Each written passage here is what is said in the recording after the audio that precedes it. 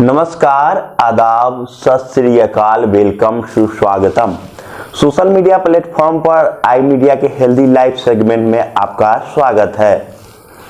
दोस्तों, हम में से अधिकतर लोगों को पेट में गैस की शिकायत बनी रहती है। जैसा हमारा लाइफ स्टाइल है, खान पान असमय होना, जागना वगैरह हो गया है, ऐसे में गैस तो बनी रहेगी।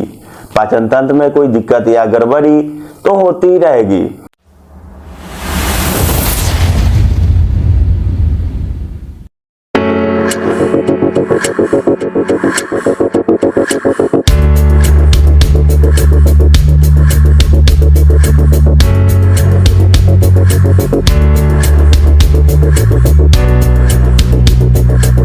Doctor Rakesh Roshan IGIMS Patna, Safdarjung hospital और RML हॉस्पिटल दिल्ली से भी जुड़े रहे हैं। वर्तमान में डॉक्टर राकेश DMCH से जुड़कर मरीजों की सेवा कर रहे हैं।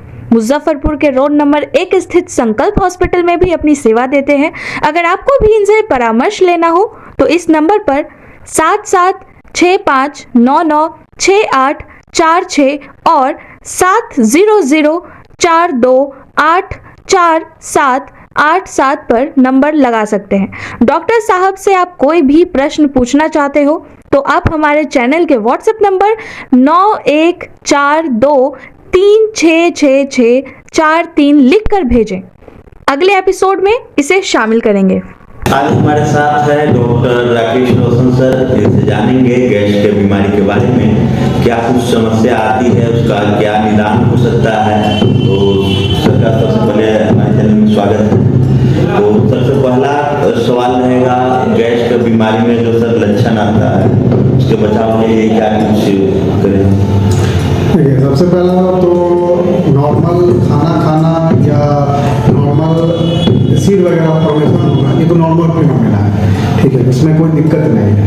अक्सर क्या होता है कि जब हम प्रोलॉन्ग फास्टिंग रखते हैं या प्रोलॉन्ग खाने में लेट करते हैं या जो भी करते हैं, उससे एक्सेस एसिड फॉर्मेशन होता है।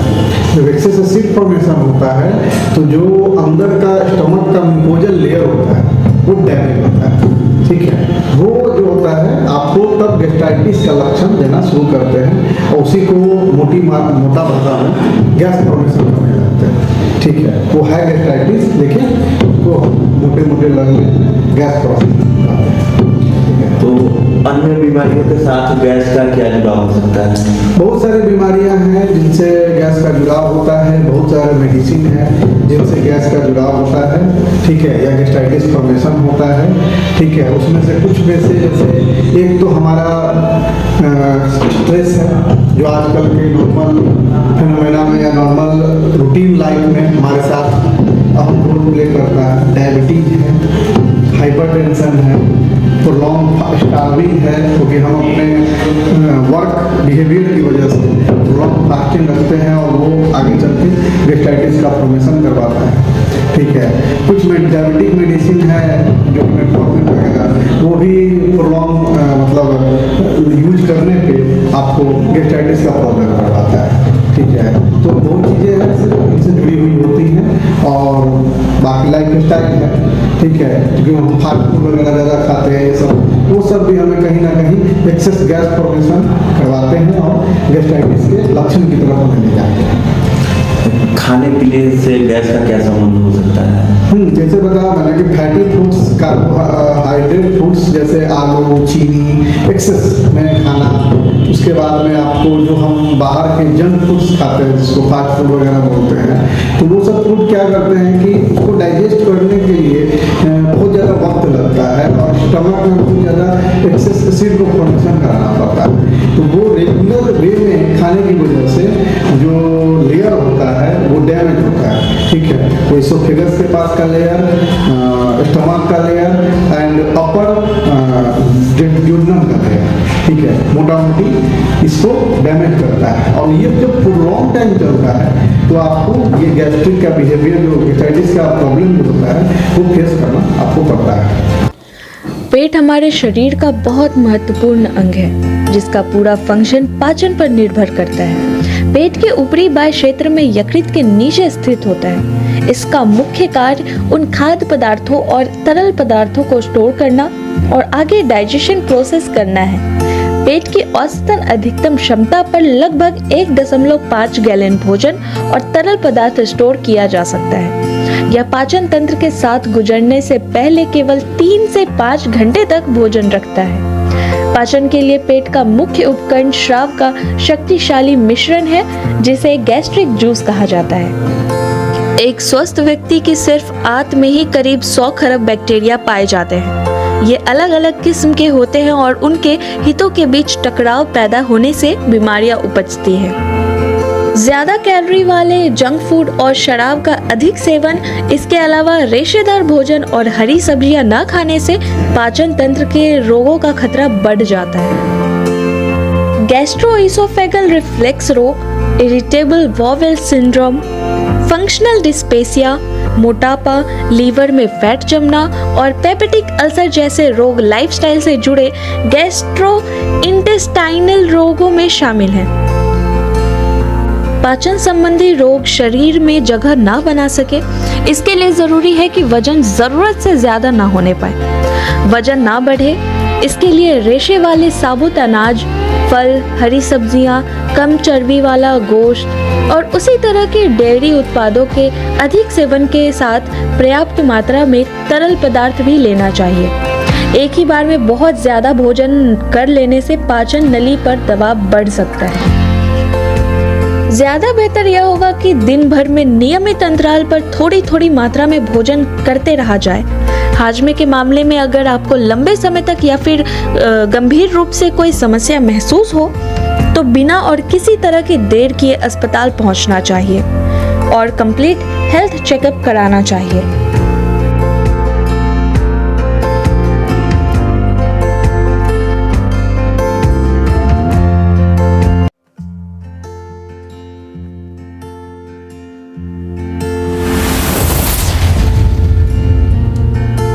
सर, दिल की बीमारी से गैस का बीमारी का क्या जुड़ाव हो सकता है?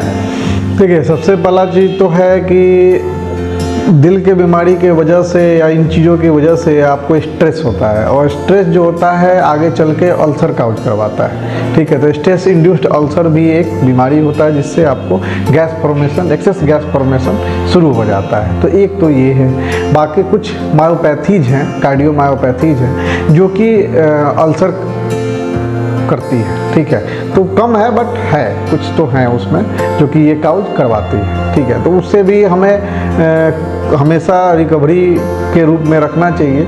ठीक है, क्योंकि कभी भी हम नहीं चाहेंगे कि कार्डियो रिलेटेड प्रॉब्लम की वजह से आपको एक नया अल्सर भी प्रॉब्लम बढ़े। दूसरी चीज़, कुछ कार्डियो रिलेटेड मेडिसिन है जो कि लॉन्ग टर्म यूज करने पे, ठीक है, एक्सेस गैस फॉर्मेशन करवाती है। ठीक है, तो उसको भी हम इंटरचेंज करते रहते हैं टाइम टू टाइम, ताकि जो अंदर का म्यूकोजा है वो डैमेज उसकी वजह से ना हो।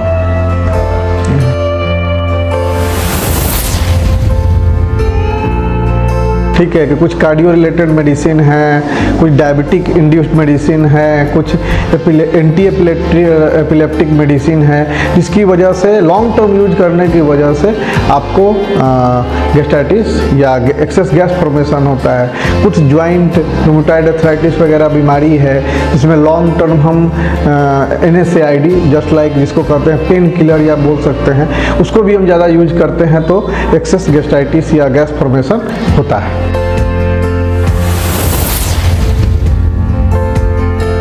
सर, हमें गैस की समस्या है, तो समस्या से तुरंत निजात पाने के लिए हमें क्या?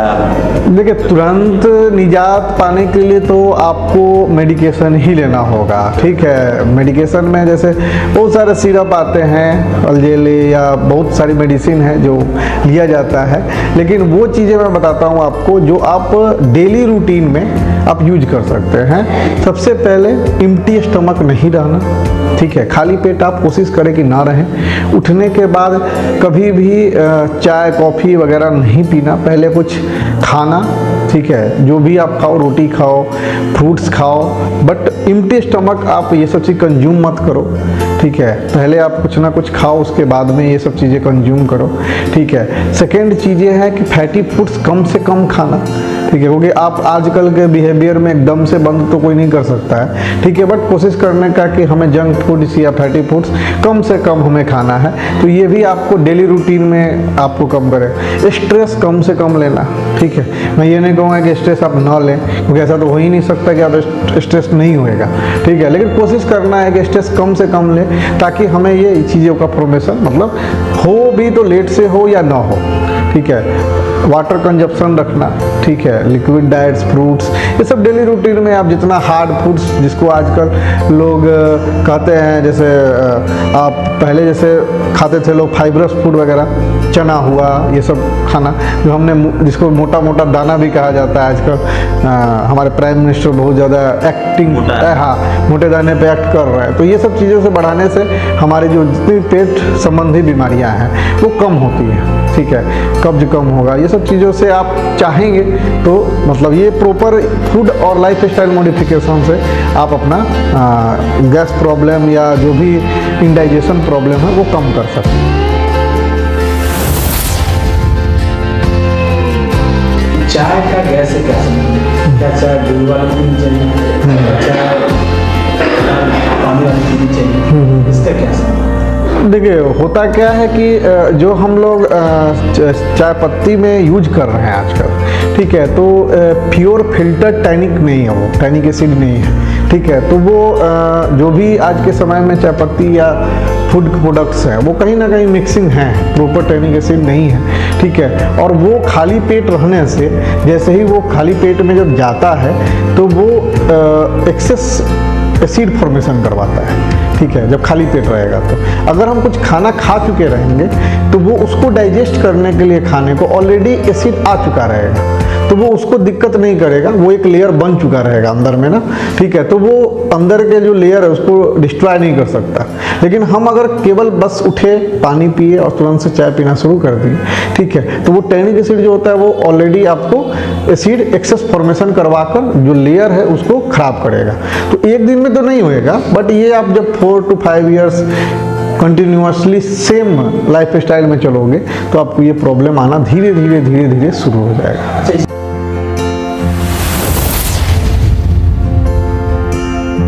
हार्ड वाटर तो गैस फॉर्मेशन करवाता है, इसमें कोई डाउट नहीं है, ठीक है। चापाकल का पानी तो आप अब नहीं पी सकते, ठीक है, क्योंकि अब वो प्योरिटी रही नहीं, ठीक है। अभी के समय में मुझे ना हल्के पे चला जाना है पानी पे, जैसे बिस्लेरी वगैरह के पानी जो है जिसकी TDS वैल्यू काफ़ी नीचे चली जाती है, मिनरल्स वगैरह एक्सक्रीट आउट हो चुका रहता है, मतलब बाहर हो चुका रहता है, तो हमें वो भी नहीं करने का है। कम से कम TDS वैल्यू 150 के करीब में रहे, ठीक है, उसमें मिनरल्स वगैरह हो, ठीक है, जो कि हमारे डाइजेशन में भी हेल्प करे, ठीक है। तो हमें ना बहुत ज़्यादा हार्ड वाटर की तरफ जाने का है और ना बहुत ज़्यादा बिस्लेरी या बहुत ज़्यादा फिल्टर्ड वाटर की तरफ जाने का है, ठीक है। ये मतलब मोटा मोटी पीने का है, ठीक है। क्लोरीन वगैरह जो डालते हैं या जो भी करते हैं, ठीक है, वो आपको अगर डाउटफुल है तो आप सबसे बढ़िया है कि आप उसे बॉयल कर लें, ठीक है, कोई भी पानी हो, कल का पानी हो, किसी का भी पानी बॉयल कर लें, फिर उसे ठंडा करके नॉर्मल करके पिए। ऐसा कोई ज़रूरी नहीं ठंडा पानी पीना है या बहुत ज़्यादा गर्म पानी पीना है, ऐसा कहीं नहीं है, आप नॉर्मल पानी पिए, ठीक है, वो इट्स बेटर, ठीक है। इसी तरह से एक और क्वेश्चन आता है कि जूस पीने का एक टाइमिंग होता है, अगर आप टाइमिंग के हिसाब से नहीं पीते तो गैस फॉर्मेशन। जी, देखिए होता क्या है कि हम कभी कभी जब खाली पेट ऑलरेडी जैसे सिट्रिक एसिड जैसे नारंगी वगैरह हो गया, ठीक है, तो वो ऑलरेडी सिट्रिक एसिड ही होता है, मौसमी ये सब सिट्रिक एसिड होता है, ठीक है। तो एक तो खाली पेट है, ऊपर से हमने ले लिया सिट्रिक एसिड, तो वो तो ऑलरेडी एसिड है, तो एसिड जब मिलेगा तो ज़्यादा गैस फॉर्मेशन होएगा ही होएगा। हाँ, आप फूड के साथ लीजिए, कोई दिक्कत नहीं है, ठीक है, आप रोटी के साथ लीजिए, आप ब्रेड आमलेट के साथ लीजिए, ठीक है, तो आपको कोई दिक्कत नहीं है, आप कोई भी पी सकते हैं। आप कोशिश कीजिए कि जो जूस मार्केट में मिलता है उससे बेटर है कि सेल्फ यूज करके अगर जूस आप निकाल सकते हैं तो वो ज़्यादा अच्छा है, क्योंकि जितनी भी क्वालिटीज़ में मार्केट में आप जाओगे तो कुछ ना कुछ केमिकल वगैरह को तो मिलाएंगे ही, और उसके वजह से भी इंडाइजेशन और अदर जो पेट संबंधी बीमारियां वो बढ़ ही रही हैं, कम तो नहीं हो रही हैं।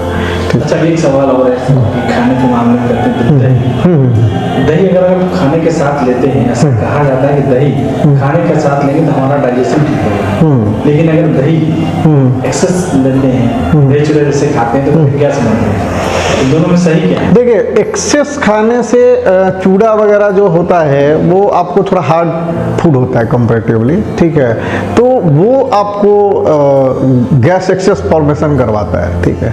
बट दही जो होता है वो काफ़ी बेटर सब्स्टिट्यूट है मिल्क का, ठीक है। वी प्रेफर द दही कर्ड बेटर देन मिल्क, ठीक है, क्योंकि उसमें लैक्टोबैसिलस बैक्टीरिया होता है जो कि हमको बाहर से कंजप्शन करना पड़ता है आजकल प्रोबायोटिक्स के रूप में, ठीक है। तो वो बेटर है कि दही में होता है। तो हम मतलब मानते हैं कि अगर आप दूध वगैरह पे अगर कम भी आप नहीं लेते हो, बहुत लोग नहीं लेना चाहते हैं, या बहुत लोगों को लैक्टोज इंटॉलरेंस होता है, ठीक है, वो नहीं पी पाते हैं, उल्टी हो जाती है, तो वो दही का सेवन जरूर करें। वो आपको इनडाइजेशन वगैरह में और कॉन्स्टिपेशन में हो या एक्सेस गैस फॉर्मेशन, ये सभी में आपको वर्क करेगा, अच्छा होता है। Lactobacillus is the good bacillus which help the gut formation और डाइजेशन, सब में हेल्प करता है, ये अच्छा होता है, ऐसे भी यूज करना चाहिए। तो कर्ड इज बेस्ट, इसमें कोई डाउट नहीं।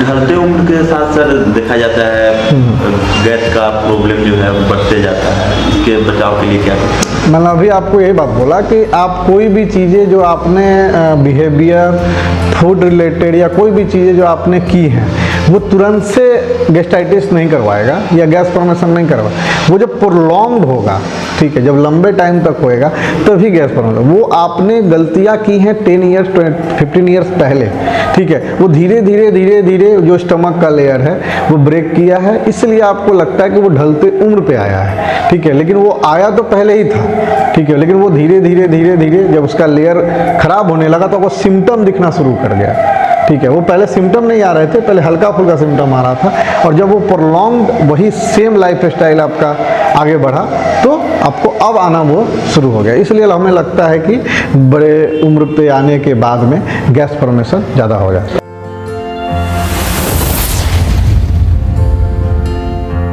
गैस बनना हल्का, देखिए मेन है कि हमारे बॉडी में जब भी हम कोई खाना खाते हैं, ठीक है, जब वो इसोफेगस के नीचे, खाने के नली से नीचे जाता है, ठीक है, तो एसिड बनता है, ठीक है, उसको डाइजेस्ट करने के लिए, उसको मिक्सअप करने के लिए, ठीक है।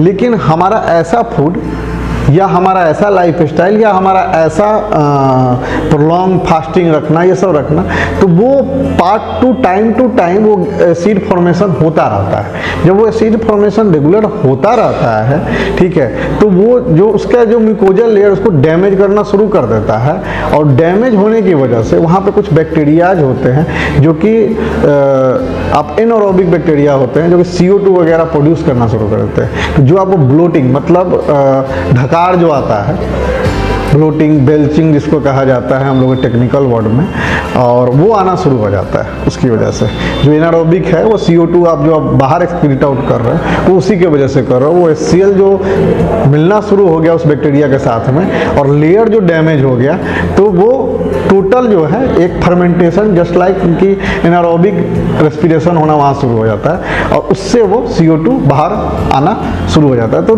नॉर्मल पीरियड में ऐसा नहीं होता।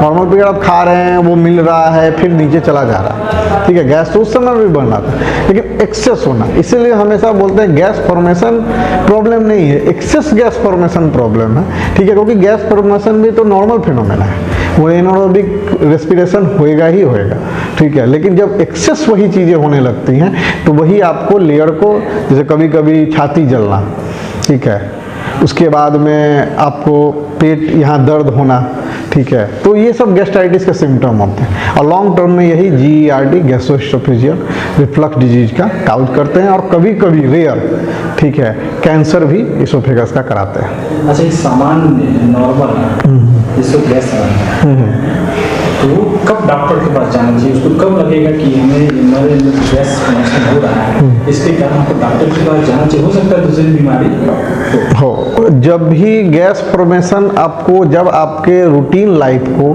ठीक है, हैम्पर्ड करने लगे, आपको दिक्कत करने लगे, तो आप एटलीस्ट उस समय तो डॉक्टर से मिलो ही, ठीक है। अगर शुरुआती दौर है तो आप कोशिश करो कि अपने लाइफ स्टाइल को सुधार लो, ठीक है, हो सकता है उससे आपका मैनेज हो जाएगा। लेकिन अगर मैनेज नहीं हो रहा है तो आप कोशिश करो कि एक बार परामर्श जरूर ले लो डॉक्टर से कि सर मुझे क्या करना चाहिए। जरूरी नहीं है आप डॉक्टर के पास फर्स्ट टाइम जाओगे तो वो मेडिसिन ही देगा, हो सकता है वो लाइफ स्टाइल के बारे में या आपके डाइटरी मॉडिफिकेशन के बारे में भी आपको समझाएगा कि आप ऐसे ऐसे चेंज करो, ठीक है, और तो उससे कम हो सकता है। या अदर बीमारियां आपको है, जैसे डायबिटिक है, हाइपरटेंशन है, या अदर डिजीज हैं, ठीक है, आपको ज्वाइंट डिसऑर्डर है, जो भी डिसऑर्डर है, तो उससे रिलेटेड भी अगर कोई मेडिसिन आप खा रहे हो तो वो भी बताएगा कि हाँ भैया इससे ये प्रॉब्लम होती है, तो वो चीज़ों में भी चेंजिंग आएगा, पहली चीज़। दूसरी चीज़, जो गैस्ट्राइटिस का पेन है, ठीक है, वो एक्चुअल में मिमिक करता है। मिमिक मीन्स उसी की तरह लगता है एक्यूट गैस्ट्राइटिस का, जैसे एमआई का पेन होता है, मायोकार्डियल इंफार्क्शन का, जिसको हार्ट अटैक भी मोटा मोटी तौर पे बोला जाता है, ठीक है। उसमें कोई डाउट नहीं है, जिस तरह यहाँ पे सेंट्रल चेस्ट में पेन होगा वैसा गैस्ट्राइटिस में भी पेन होगा, ठीक है। बट ये है कि गैस्ट्राइटिस के पेन में पेशेंट लोकलाइज नहीं कर पाता है, बता नहीं पाएगा, ठीक है, कि मेरे को यहीं पेन हो रहा है, वो बताएगा कि सर यहाँ पेन हो, ठीक है। एमआई के पेन में बता सकता है कि सर यहाँ पेन हो रहा है, फर्स्ट चीज लोकलाइज कर सकता है, बाकी चीजें सेम टू सेम होती हैं, ठीक है। इसीलिए जब भी इमरजेंसी में कोई पेशेंट भले ही गैस्ट्राइटिस के पेन से आया हो, हम उसे कंसीडर करते हैं एमआई के पेन से, मतलब मायोकार्डियल इंफार्क्शन या हार्ट अटैक के पेन से ही उसको कंसीडर किया जाता है। और इमरजेंसी में आप कभी भी जाइए, कहीं भी जाइए, तो उसको कंसीडर करके हम तुरंत से ईसीजी कराते हैं और ट्रॉप्टी कराते हैं कि कहीं वो ना हो। अगर वो नेगेटिव आता है देन वी शिफ्ट टू कि गैस्ट्राइटिस का पेन होएगा। तो वो दोनों में बहुत ज़्यादा क्लोजनेस है, इसलिए क्लियर नहीं कहा जा सकता है। हाँ, दूसरी तीसरी चीज़ें हैं कि आपको पहले से हिस्ट्री है हाइपरटेंशन का, पहले से हिस्ट्री है डायबिटीज का, तो वो सब भी कंसीडर करेंगे कि आप किस पेन की तरफ जा रहे हैं। अच्छा, ये तो हुआ कि हाई लेवल का अगर गैस बहुत दर्द कर रहा है तो आपको ईसीजी कराना। सामान्य छोटी अगर हो तो कौन सा ऐसा टेस्ट है जिससे आपको लगता है कि किसी और चीज़ से संबंधित है? देखिए नॉर्मली तो हाँ, नॉर्मली तो जो भी गैस्ट्राइटिस का पेन होता है वो सिम्टम से ही पता चल जाता है। जो पेशेंट आके आपको देगा, बताएगा कि सर मुझे ऐसा होता है, तो डॉक्टर्स मोस्टली समझ जाते हैं कि भाई ये सिम्टम है, ठीक है, ये चेस्ट पेन है, अपर एब्डोमिनल पेन है, कभी कभार आता है, पेट टाइट लगता है, पेट गुड़गुड़ाता है, पेट छाती में जलन होता है, ये छोटी छोटी चीज़ें जो बता देता है कि ये इनको गैस्ट्राइटिस GERD का प्रॉब्लम है, ठीक है। तो इससे तो पहले यही से पे क्लियर हो जाता है कि ये सिम्टम से ही मोस्टली पता चल जाता है। फिर भी हम अदर्स चीज़ों को देखने के लिए कभी कभार कि कोई और उनके साथ में डिजीज तो नहीं जुड़ी हुई है, ठीक है, तो साथ में कभी कभार लीवर फंक्शन टेस्ट करा लेते हैं ताकि लीवर से संबंधित कोई बीमारी ना हो जिसके वजह से इंडाइजेशन या कुछ और हो रहा हो। सीरम एमाइलेज कराते हैं जो कि पेनक्रेटाइटिस वगैरह को भी एक्सक्लूड आउट करता है कि कभी कभार होता है कि पेनक्रियाज वगैरह में इन्फेक्शन है, उसकी वजह से गैस फॉर्मेशन हो रहा है, ठीक है। और अगर एक्सेस गैस फॉर्मेशन होता रहता है तो हम अल्ट्रासाउंड भी करा के एक बार देख लेते हैं कि कोई और इन्फेक्शन तो अंदर नहीं है, ठीक है, जिसकी वजह से प्रॉब्लम हो रहा हो। तो ओवरऑल सिम्टम से पता चल जाता है, ठीक है। लेकिन अदर बीमारी को, दूसरे बीमारियों को हटाने के लिए हम टेस्ट कराते हैं कि हाँ ये बीमारी नहीं है तो ये गैस का ही गैस्ट्राइटिस ही है और GERD है, क्योंकि ऐसे इसका टेस्ट तो मैनोमेट्री वगैरह होता है जो कि रूटीन में बहुत कम ही किया जाता है, ठीक है, क्योंकि वो सिम्टम ही बता देता है तो फिर ज़रूरत ही नहीं पड़ती है टेस्ट की तरफ जाने के लिए।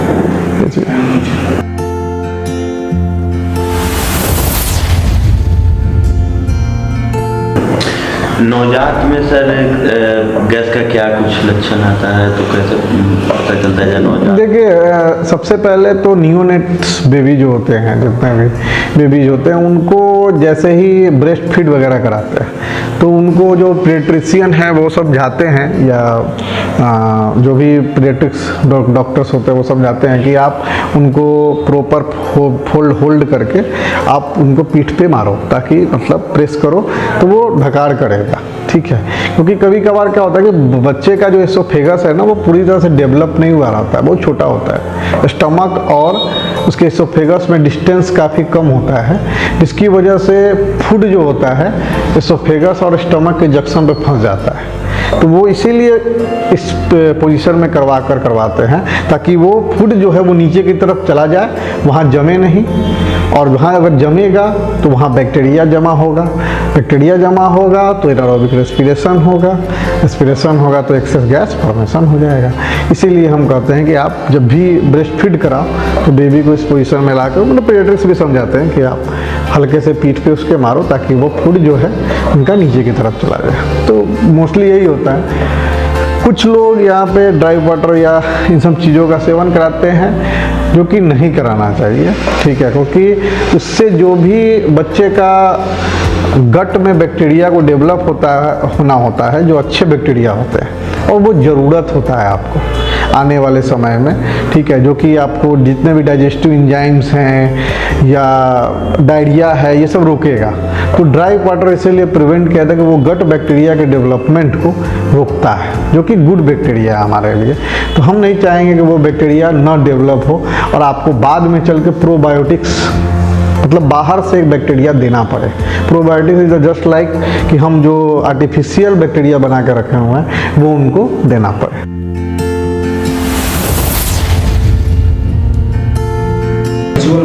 हाँ, एकदम नुकसानदायक है जब तक जो चीज़ें आप नहीं जानते हो, रिसर्च नहीं हुआ हो, ठीक है। मैं नहीं मानता कितने अमाउंट में लेना है, कब कब लेना है, आपको कभी भी परामर्श लेके ही कुछ लेना चाहिए, ठीक है। कोई भी चीज़, जैसे मेडिसिन, खुद से भी लोग यहाँ पे जाकर मेडिसिन लेके गैस का खा लेते हैं, तो आपको ये तो पता नहीं है कि किस गैस फॉर्मेशन किस वजह से हो रहा है और उसके लिए अप्रोप्रिएट मेडिसिन कौन सा है, ठीक है। क्योंकि हर गैस फॉर्मेशन गैस्ट्राइटिस नहीं होता, हर गैस फॉर्मेशन GERD नहीं होता, हर gas formation stress induced ulcer नहीं होता, ठीक है, या H. पाइलोरी से गैस फॉर्मेशन हुआ है, वो आप नहीं जानते। तो जब भी आप कुछ भी करें या कोई मेडिसिन लें तो एक बार डॉक्टर से परामर्श जरूर ले लें कि मुझे इसकी लाइफ स्टाइल मॉडिफाई करके ये ठीक होएगा, या गैस की मेडिसिन भी लेनी है तो मुझे कौन सी लेनी है, कब तक लेनी है, ठीक है, कैसे लेनी है, ठीक है, उसी हिसाब से लेना जाना चाहिए। क्योंकि अपने आप से कोई भी मेडिसिन लेना मेरे को लगता है अपने बॉडी को डिस्ट्रॉय करने के बराबर है। मेरा मानना है कि आप प्रॉपर नॉर्मल एक्सरसाइज करें,